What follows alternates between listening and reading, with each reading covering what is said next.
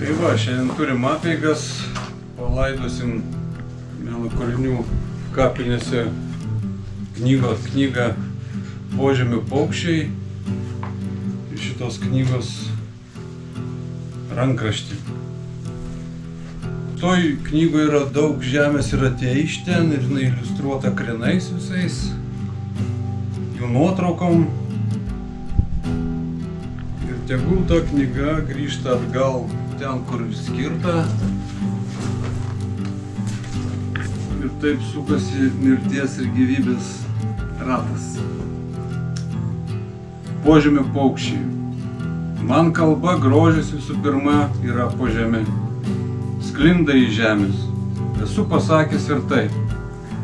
Be to vis suabejoju. Tiesa, 2017 rudenį kasdamas krienus, tuo buvau įsitikinęs žemė pilna įstabiausių kalbos gyvių. Nuostabiausia tai, kad jie yra nepriklausomi labiau nei bet kas kitas.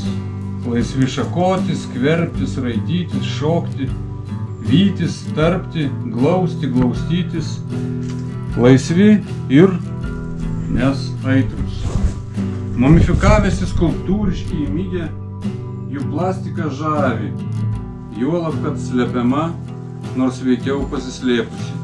Šie gyviai požemių paukščiai aptikti ir iškasti 2019 m. spalio 28 d. Gerkiškių kaime, Anykščių rajone ir 2017 m.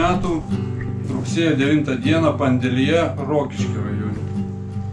Ir terekotinė kariuomenėje sergi požemių labirintus, kuriuose klaidžioja prisiminimai, atminties vaiduokliai, sapnai. Štai jums ir krienai. Štai jums ir ornitologinis bestiariumas. Beje, vaikas būdamas mačiau, kaip tėvas prarijo valgomą į šaukštą šviežių, ką tik tarkuotų krienų. Dabar galvoju, kad tada jis buvo pats didžiausias pasaulio poetas. Iškasiau, nuploviau jų kūnus, žiūrėjau, fotografavau. Kai kurie ėmė pasakoti, norėjo būti išgirsti, įvardinti. Didžioji dalis kol kas mislė.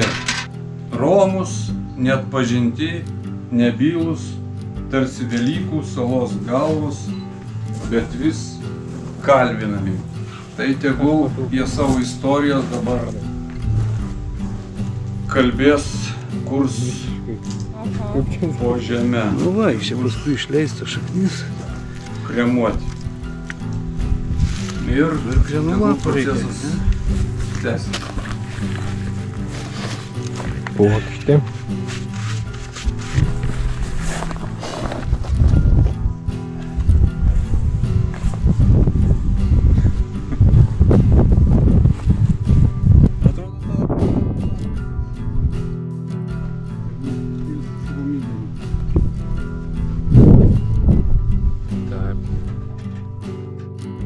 Arba palaidojimo priežastis, kodėl tai darau, noriu tam kūriniui suteikti galimybę gyventi atskirą gyvenimą. Prašau, jums palaidojimo liudijimas. Triušiai jūs liudininkai visi. Taip.